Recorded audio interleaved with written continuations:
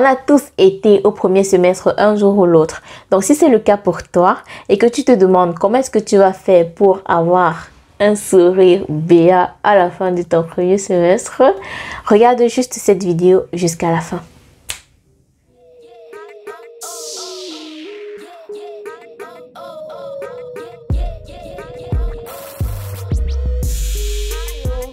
Hello, je suis Céline Diallo et bienvenue dans Connaître l'Allemagne. D'après mes discussions avec vous, avec mes abonnés, je me suis rendu compte qu'en fait mes abonnés sont répartis en 3 groupes. Il y a des personnes vivant principalement en Afrique et qui veulent venir en Allemagne. Il y a des personnes vivant dans l'Union européenne et qui souhaitent venir en Allemagne. Et il y a des personnes aussi vivant en Allemagne qui souhaitent en apprendre un peu plus sur l'Allemagne. Donc si toi tu fais partie de l'un de ces 3 groupes là, n'hésite surtout pas à t'abonner et à activer la cloche de notification. Aujourd'hui je vais vous donner les 3 règles à suivre pour pouvoir bien mener votre premier semestre à terme, et à la fin de la vidéo je vais vous donner un petit bonus, donc n'hésitez surtout pas à rester jusqu'à la fin.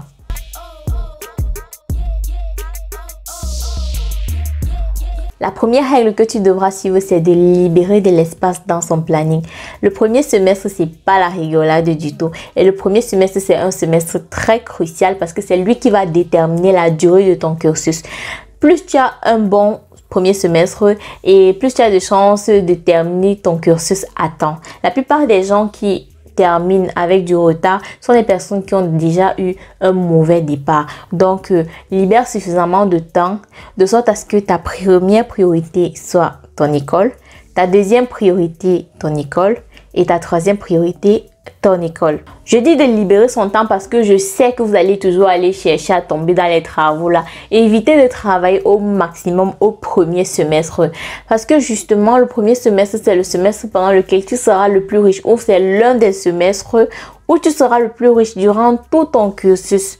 Donc si tu peux ne travaille même pas pendant tout ton premier semestre et essaie de te concentrer au maximum sur tes leçons.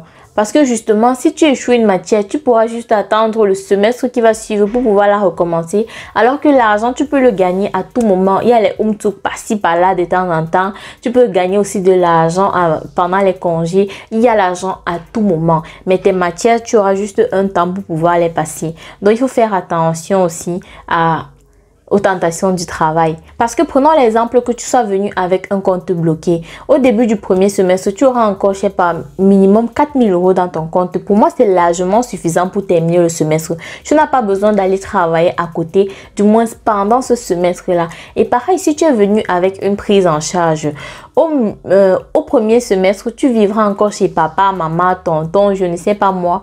Et 80% de l'argent que tu auras travaillé jusqu'ici, ce sera pour toi, vu que le loyer, c'est ça qui absorbe généralement 50% de notre revenu. Donc, tu auras déjà cette partie-là que tu n'auras pas à t'inquiéter par rapport. Donc, pourquoi aller travailler? Et si tu as même encore trop la chance que tu vis chez quelqu'un et que tu es famille, ton assurance, c'est même pas toi qui vas payer. Dans le premier semestre, c'est à toi de réunir toutes les conditions pour concentrer tous tes efforts sur tes études. Parce qu'à partir du deuxième semestre, si tu vis chez ton tonton ou chez ta tata, à partir du deuxième semestre, ça va commencer à faire comme ça là. Un genre, toi-même tu auras envie de sortir pour aller prendre ton indépendance et ça va demander de l'argent. Ou même si tu as ta caution à partir du deuxième semestre, ce sera plus trop ça. Les 4000 € là seront déjà partis depuis très longtemps et il faudra que tu commences à jobber un peu plus. Et il faut que quand tu commences à jobber, que tu aies déjà pris le rythme de l'université. Il faut que tu aies déjà compris comment ça fonctionne. Et pour ça, il te faut un premier semestre libre. En plus de ça, le premier semestre, ton niveau de langue n'est pas encore trop ça. On est d'accord? Ton niveau de langue, c'est pas encore ce qui sera dans quelques années. Tu auras plus de mal à lire tes leçons et tu prendras plus de temps que les autres. Je parle des Allemands, bien sûr. Tu prendras beaucoup plus de temps que eux pour assimiler une leçon. Raison pour laquelle il faut que tu aies suffisamment de temps pour le faire.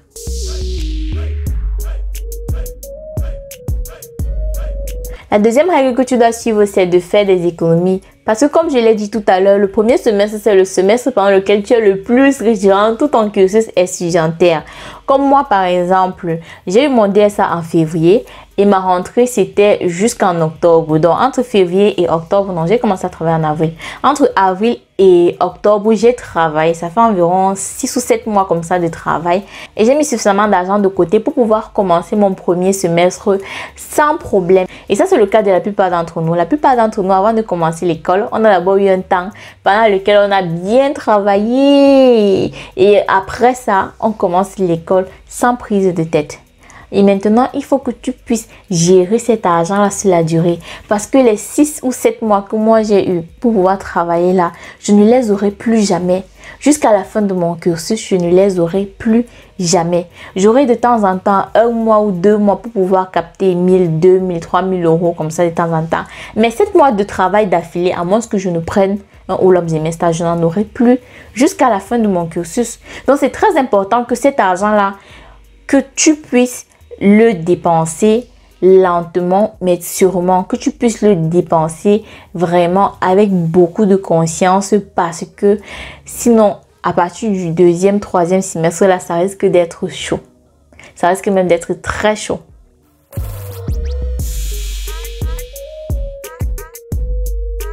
Je te doute bien que la discipline devait se cacher quelque part parmi les règles là. Forcément, la discipline, c'est la clé d'énormément de choses dans cette vie. À la base, au début du semestre, en fait, tu dois être au taquet. Tu dois être à la ligne, à la marge. Tu dois toujours suivre le courant du cours, en fait. Tu ne dois pas être en arrière.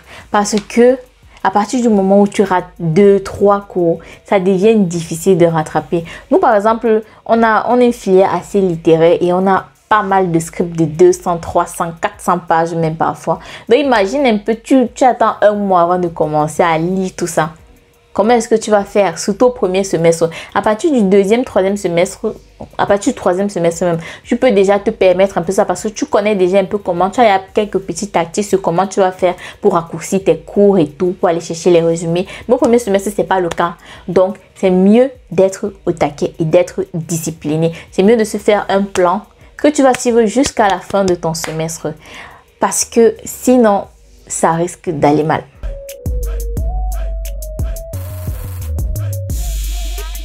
La 4e règle que tu dois observer, c'est de te faire des amis, mais pas n'importe lesquels. Tu dois te faire des amis qui te sont profitables.